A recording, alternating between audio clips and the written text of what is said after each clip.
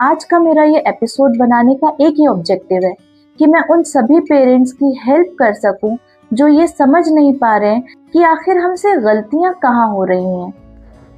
दोस्तों, पेरेंटिंग शायद सभी को बहुत मुश्किल काम लगता है और है भी, क्योंकि इसका कोई मैनुअल नहीं होता या स्कूल जैसा सिलेबस नहीं होता कि हमने पढ़ा और हमको पेरेंटिंग आ गई। एक छोटी सी लाइफ पेरेंट बनने के बाद आपके हाथों में होती है, जिसकी पूरी ग्रोथ, जिसका पूरा फ्यूचर, जिसका पूरा पर्सनैलिटी आपके हर रोज के डिसीजन से धीरे धीरे डेवलप हो रहा होता है। इस वीडियो में हम कुछ ऐसे ही मिस्टेक्स के बारे में बात करेंगे जो हम कर तो देते हैं लेकिन हमको पता ही नहीं होती कि हमने क्या मिस्टेक करी है और उसका जो असर है वो बच्चों पर कैसा पड़ेगा या उनके डेवलपमेंट पे कैसा पड़ेगा। और हम सिर्फ मिस्टेक्स के ही बारे में बात नहीं करेंगे बल्कि उन मिस्टेक्स को किस तरह हम अवॉइड कर सकते हैं, कौन से सॉल्यूशंस हैं जिसको हम फॉलो कर कर एक हैप्पी चाइल्ड ग्रो कर सकते हैं साइंटिफिक तरीके से। ये हम इस वीडियो में देखेंगे। दोस्तों, मैं हूं डॉक्टर सदफ सरफराज। मैं यूनिवर्सिटी में लेक्चरर हूं और चाइल्ड रेयरिंग प्रैक्टिसेस में पीएचडी हूं। तो आइए हम जल्दी से जानते हैं कि ऐसी कौन सी मिस्टेक्स है जो हमको पता नहीं है लेकिन हम कर रहे हैं। मिस्टेक नंबर 1, हम अपने बच्चों को कभी फेल नहीं होने देते। जब बच्चा बहुत इनिशियल स्टेज में होता है, 1 साल से 3 साल के बीच में होता है, हम चाहते हैं कि हमारा बच्चा हर चीज़ में जीत जाए। हम उसको अपसेट होता हुआ नहीं देख सकते, इसलिए हम क्या करते हैं, उसको छोटी छोटी चीज़ों में हम उसको जीतने देते हैं और हम उसको विन विन वाली कंडीशन को बहुत सेलिब्रेट करना सिखा देते हैं। लेकिन जब वो किसी चीज़ में हार जाता है या फेल हो जाता है, हम उसको एक्सेप्ट करना नहीं सिखाते और हम रोने की एक्टिंग कर कर इन तरीकों से हम अपसेट या फेलियर को रिलेट करते हैं, जो कि गलत तरीका होता है। लेकिन ये ऐसी मिस्टेक है जो हमको उस स्टेज पर रियलाइज नहीं होती और हमको बाद में ऐसा लगता है जब बच्चा थोड़ा सा बड़ा होता है, 5 साल का होता है, 6 साल का होता है, जब वो अपने फ्रेंड्स के साथ में खेल नहीं पाता या किसी गेम में हार जाने पर उसको बहुत गुस्सा आ जाता है, वो रोने लगता है, टॉयज तोड़ देता है और फिर हम परेशान होते हैं कि आखिर ऐसा बिहेव क्यों कर रहा है। ये बिहेवियर इसी फेलियर को रिजेक्ट करने का नतीजा होता है। जब हम बच्चों को फेलियर को एक्सेप्ट करना नहीं सिखाते, हमेशा उनको बहुत कंफर्ट जोन में रखते हैं इनिशियल स्टेज में, तब बच्चे धीरे धीरे जब बड़े होते हैं तो उनको ये पता ही नहीं होता है कि हमको फेलियर को भी एक्सेप्ट करना है। और इस वजह से बच्चे बहुत ज़्यादा अग्रेसिव होते हैं। अपने साथ के बच्चों के साथ वो खेलने में कंफर्टेबल नहीं होते अगर वो हार गए तो। दोस्तों, बच्चों को फेलियर के बारे में ना सिखाना, बहुत सारी रिसर्च बताता है कि कितना बुरा असर डाल सकता है बच्चों के आगे की लाइफ में। एक रिसर्च हुई मदर्स पर और उन मदर्स को लिया गया जिनके बच्चे 8 साल तक के थे। उन मदर्स के ऊपर इस बारे में स्टडी की गई कि अगर मदर्स बच्चों के फेलियर को, मिस्टेक्स को और सेटबैक्स को सही तरीके से एक्सप्लेन नहीं करती हैं तो उसका असर बच्चों में फेलियर होने के डर को किस तरह से आगे इम्पैक्ट करता है। दोस्तों, इसके रिजल्ट्स बहुत शॉकिंग थे क्योंकि 70% से ज़्यादा मदर्स ऐसी थी जो अपने बच्चों से इमोशनली कनेक्ट नहीं कर पा रही थी, उनको समझ नहीं पा रही थी। उसका रिजल्ट ये रहा कि बच्चों में फेल होने का डर बहुत ज़्यादा बढ़ा हुआ मिला। दोस्तों, एक और रिसर्च हुई जो वर्ल्ड इकोनॉमिक फोरम के आर्टिकल में साइट हुई और इस रिसर्च में ये देखा गया कि जो पेरेंट्स इनिशियल स्टेज में छोटे छोटे फेलियर से बच्चों को बहुत ज़्यादा प्रोटेक्ट करते हैं, ये बच्चे आगे जाके अडल्टहुड में अपने आप को सेटिस्फाइड नहीं रख पाते, लाइफ में बहुत ज़्यादा लोनली फील करते हैं, एंजियस हो जाते हैं, छोटी छोटी बात में उनको बहुत ज़्यादा एंजाइटी होती है। और ये तमाम स्टडीज़ कंफर्म करती हैं कि अगर आप इनिशियल स्टेज में बच्चों को ओवर प्रोटेक्टिव इन्वायरमेंट में रखेंगे तो बच्चों में एंजाइटी, डिप्रेशन या डिससेटिस्फैक्शन इन लाइफ की चांसेस बहुत ज़्यादा बढ़ जाती हैं। दोस्तों, इन रिसर्च को बताने का ऑब्जेक्टिव यही है कि हम इन रिसर्च से सीखें कि हमको अपनी लाइफ में जब हम बच्चों के साथ डील करते हैं तो किस तरह हमको साइंटिफिकली, माइंडफुली बच्चों के साथ बच्चों को हैंडल करना है। हम अक्सर बच्चों के साथ बहुत ज़्यादा कंफर्ट जोन में उनको रख देते हैं, उनको विन विन सिचुएशन में रखते हैं और उनको ये रियलाइज़ ही नहीं होने देते कि फेलियर भी एक लाइफ का पार्ट है। फेलियर हमको मोटिवेशन देता है, फेलियर हमको डिसिप्लिन सिखाता है और ये चीज़ें हमको अपने बच्चों में इनकलकेट करनी है। इसलिए दोस्तों, हमको इनिशियल स्टेज में ही, मतलब 0 से लेके 5 साल का जब हमारा बच्चा है, उसी स्टेज में हमको उसका जो फेल होने का फियर है, या अगर आपको ऐसा लगता है कि आपका बच्चा अपने फ्रेंड्स के साथ अच्छे से नहीं खेल पा रहा है, या किसी गेम में हार जाने के बाद वो बहुत ज़्यादा गुस्सा कर रहा है, रो रहा है, तो हमको कुछ ऐसी चीज़ें करनी होगी उसके साथ जो उसके फेल होने के फियर को कम कर सकता है। तो जानते हैं ऐसी 3 चीज़ें जो हम अगर कंटिन्यू अपने घर में प्रैक्टिस करेंगे तो बच्चों में फियर ऑफ फेलियर को हम कम कर सकते हैं। उसके लिए सबसे पहला स्टेप कि बच्चों से हमको इमोशनली कनेक्ट करना होगा। अगर आपका बच्चा किसी भी एक्टिविटी में हार जाता है या किसी गेम में हार जाता है, उसको हारने दीजिए। आप उसको जिता कर बहुत ज़्यादा कंफर्ट जोन में मत रखिए, उसको हारने दीजिए। और अगर वो उदास फील होता है तो आपको भी साथ में उदास फील नहीं होना है। उसको ये समझाना है कि फेलियर हमारी लाइफ का पार्ट है और आप उसको समझ पा रहे हैं कि वो उदास है। इस तरीके से आप उसके साथ इमोशनली कनेक्ट करिए, उसके इमोशंस को एक्नॉलेज करिए और उसको ये बताइए कि आपको समझ में आ रहा है कि आप उसके इमोशंस को समझ पा रहे हैं। दूसरा स्टेप, जब आपने उसके इमोशंस को समझ लिया तो उसको फ्यूचर के एक्शन प्लान से इंट्रोड्यूस कराइए कि अगर आप अभी फेल हुए हो या आप किसी चीज़ में हार गए तो फ्यूचर में हम उसके लिए क्या क्या स्टेप्स करें जिससे कि हम आगे फिर से ना हारें।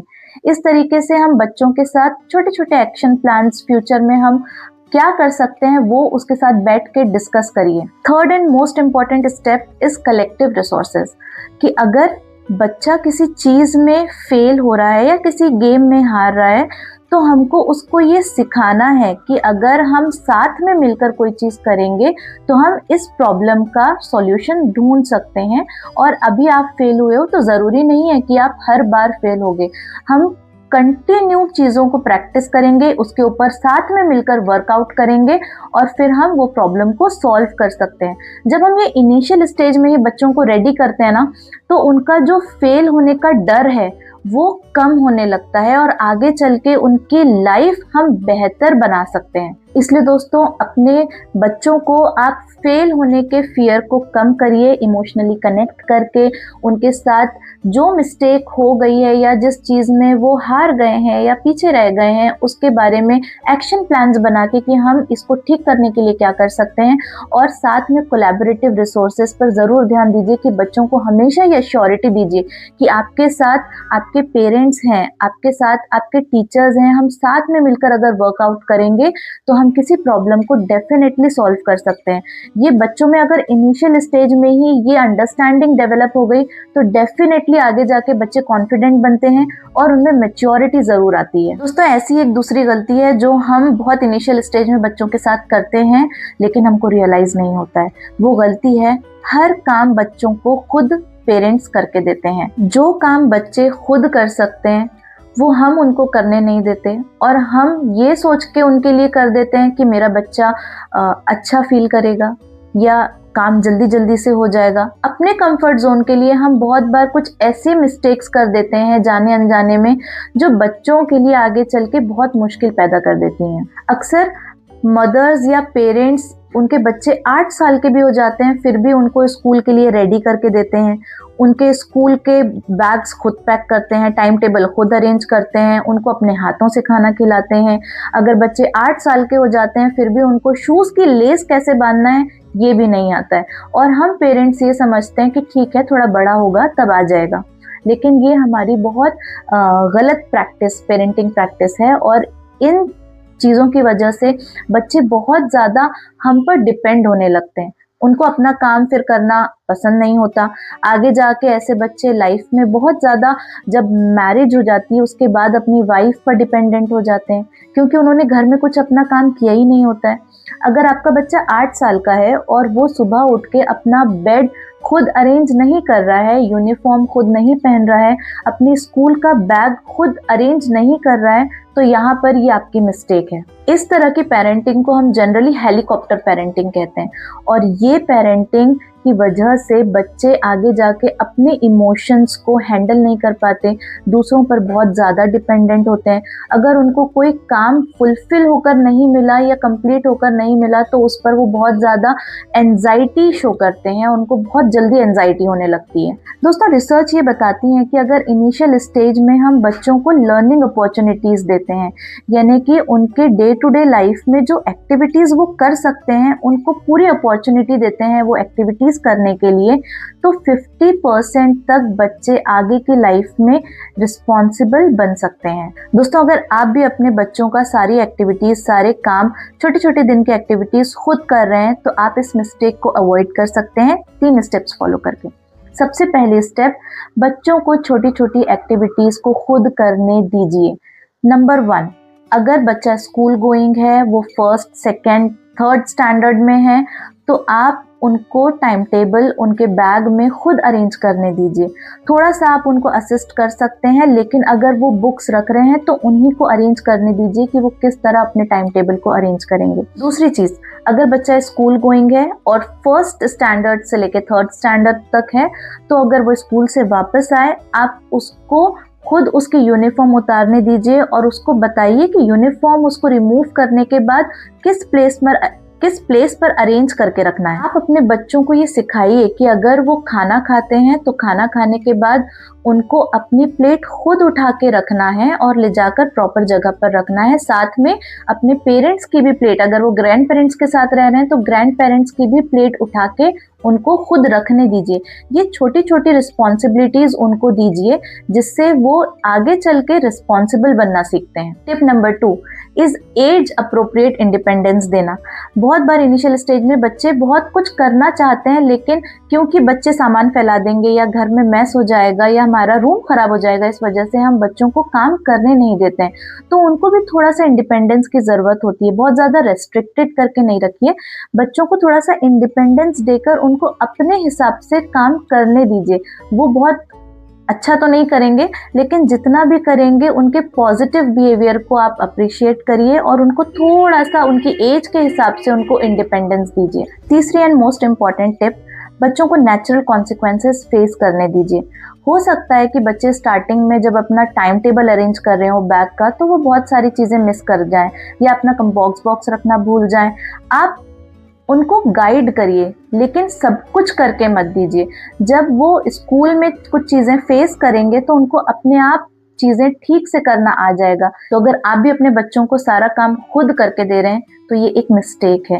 और पेरेंटिंग का मतलब सपोर्ट एंड गाइडेंस होता है, ना कि सारा काम खुद कर देना या बहुत ज़्यादा ओवर प्रोटेक्टिव एनवायरनमेंट में बच्चों को रखना। दोस्तों, इनिशियल स्टेज में बच्चों को कुछ मिस्टेक्स करने दीजिए, उनके एज के हिसाब से उनको कुछ फ्रीडम दीजिए और आप देखिए कि आपके बच्चे कॉन्फिडेंट बनेंगे, डेफिनेटली रिस्पॉन्सिबल बनेंगे और इमोशनली स्ट्रांग बनेंगे।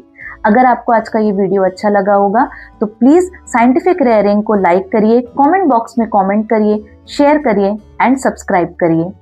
Thank you.